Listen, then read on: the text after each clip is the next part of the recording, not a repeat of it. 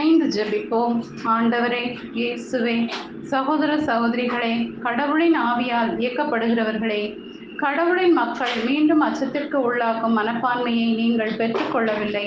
மாறாக கடவுளின் பிள்ளைகளுக்குரிய மனப்பான்மையே பெற்றுக்கொண்டீர்கள்.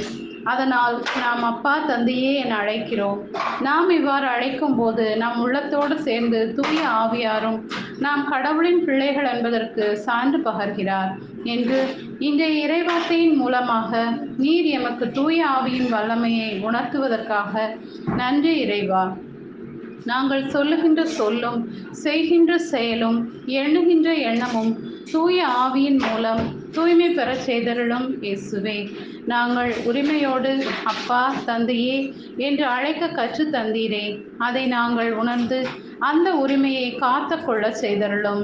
மேலும் கடவுளின் திருவுளத்தை நிறைவேற்றுபவரே என் சகோதரரும் சகோதரியும் தாயும் ஆவார் என்று நீர் அருகில் இருக்கும் மக்களை பார்த்து கூறினீரே.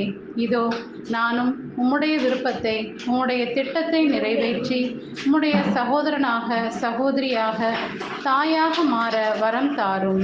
ஆண்டவரே, இந்த நாள் முழுவதும் ஆவிக்குரிய செயல்களை செய்து ஆவியானவரின் துணையோடும் தந்தையின் ஆசீரோடும் நான் உம்மை பின்தொடர அருள் தாரும் இயேசுவே. ஆமென்.